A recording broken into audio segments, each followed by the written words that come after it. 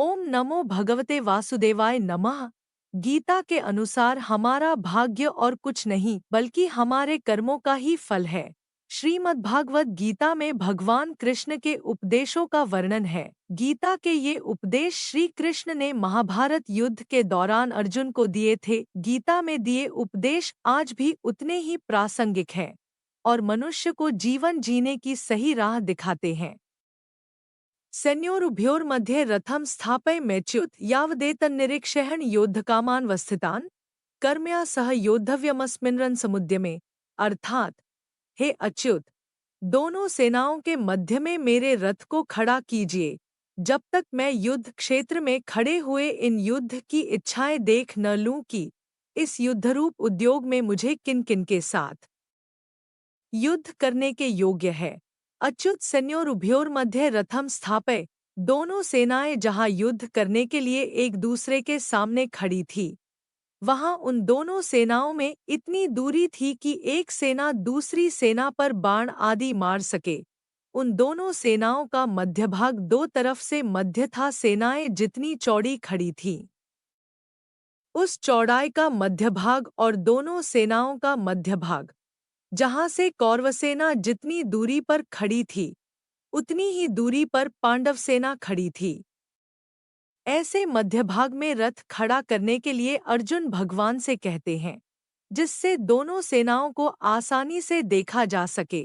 सैन्योरुभयोर्मध्ये पद गीता में 3 बार आया है। यहाँ इसी अध्याय के 20वें श्लोक में और दूसरे अध्याय के 10वें श्लोक में 3 आने का वीर सागर है कि पहले अर्जुन शूरता के साथ अपने रथ को दोनों सेनाओं के बीच में खड़े होने की आज्ञा देते हैं।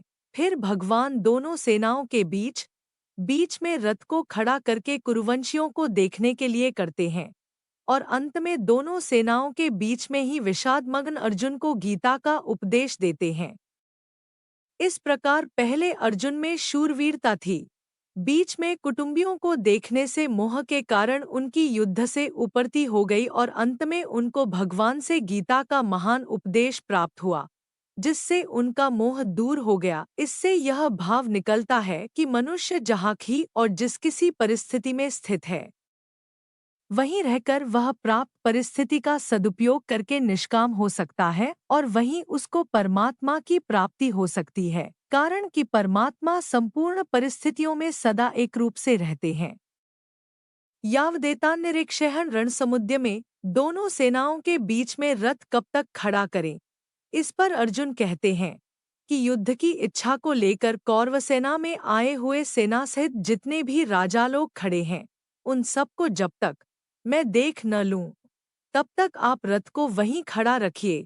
इस युद्ध के उद्योग में मुझे किन किन के साथ युद्ध करना है, उनमें कौन मेरे समान बलवाले हैं, कौन मेरे से कम बलवाले हैं और कौन मेरे से अधिक बलवाले हैं, उन सबको मैं जरा देख लूं। यहाँ योद्धकामान पद से अर्जुन कह रहे हैं कि हमने तो संधि की बात ही सोची थी, पर उन्होंने संधि की बात स्वीकार नहीं की, क्योंकि उनके मन में युद्ध करने की ज्यादा इच्छा है। अतः उनको मैं देखूं कि कितने बल को लेकर वे युद्ध करने की इच्छा रखते हैं।